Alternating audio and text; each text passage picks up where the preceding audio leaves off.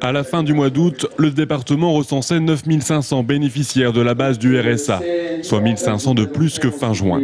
Le constat est flagrant, le nombre de bénéficiaires de l'accompagnement d'insertion est en constante augmentation.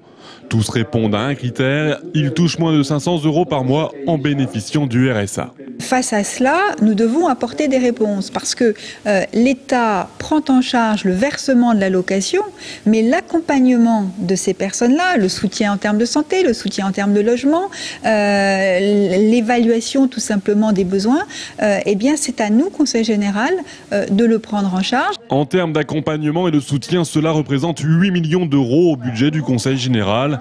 Un travail mené en grande partie en collaboration avec plusieurs dizaines d'associations pour lever les freins de l'insertion.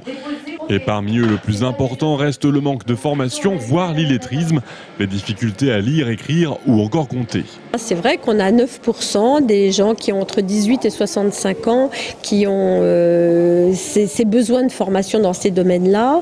On avait fait une étude au niveau des RMI, il y a 26% des gens qui percevaient le RMI qui avaient besoin de formation. En termes de retour à l'emploi, de nombreux efforts sont également faits entre le département et les associations, avec notamment les chantiers d'insertion et les contrats d'accompagnement dans l'emploi.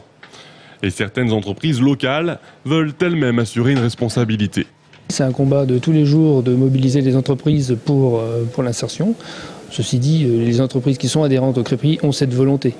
Donc c'est un peu l'avantage de ce club, puisqu'on a la capacité rapide et dans tous les secteurs d'activité d'amener des gens éloignés de l'emploi vers des métiers.